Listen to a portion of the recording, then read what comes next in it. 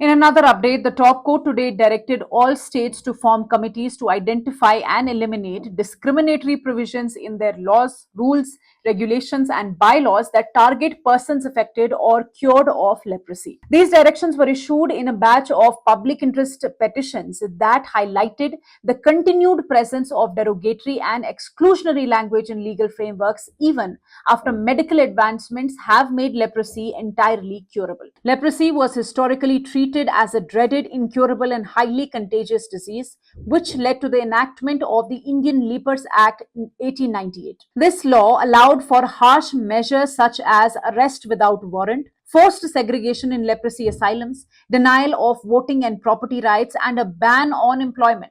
With the introduction of multi-drug therapy in 1981 and the World Health Organization's confirmation that leprosy is completely curable and non-contagious, this colonial-era law was eventually repealed. However, the petitioners, including Federation of Leprosy Organizations and the Vidhi Center for Legal Policy, pointed out that many similar discriminatory provisions remain embedded in over 145 state legislations, rules, service regulations, and government orders across the country. Before a bench of Justices Surya Kant and N.K. Singh, senior advocate Vinay Garg submitted that while some central laws were amended in 2019, many state laws still contain offending provisions. Advocate Rashmi Nandkumar, representing Vidhi, reinforced that these provisions continue to violate the dignity and rights of persons who have been affected or cured of leprosy. The court noted that although a previous order had required states to review such laws, compliance appeared inadequate or unclear, and information received was chaotic and incomplete.